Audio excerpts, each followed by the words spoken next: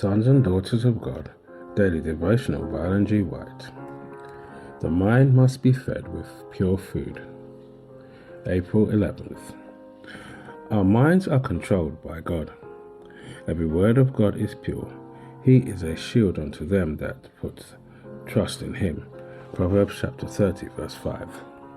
There are many who are easily amused with storybooks. The mind is filled with a cheap kind of food for meditation, so that it becomes powerless to search and comprehend the very things which concern eternal interests. The Lord enjoins upon children and youth to search for truth as a hidden treasure, and to be attracted and fascinated by that which unites human with divine. The mind must be fed with pure food if the heart be pure. The Bible is the standard for the young who would be loyal to the kingdom of heaven. Thy word have I hid in my heart, that I might not sin against thee. It is impossible for the youth to possess a healthy tone of mind and correct religious principles unless they enjoy the perusal of the Word of God. This book contains the most interesting history, points out the ways of salvation through Christ, and is their guide to a higher and better life.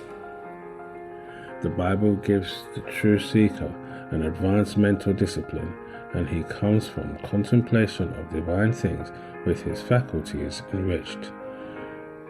Self is humbled, while God and his revealed truth are exalted.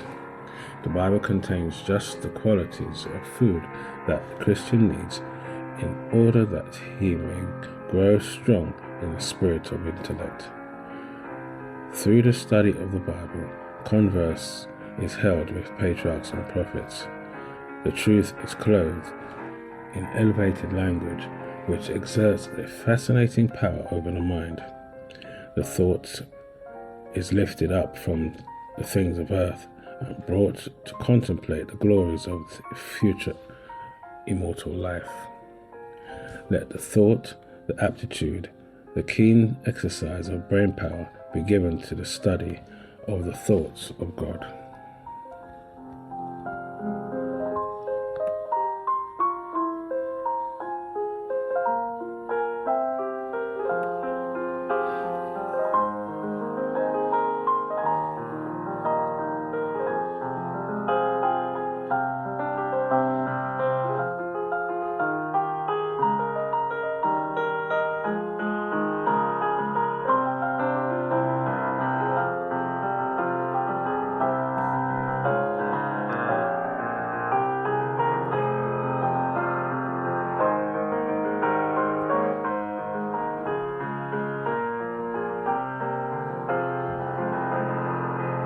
This is your daily devotion. We thank you for listening. We hope you can join us again tomorrow. Please also check the YouTube comments for further study notes.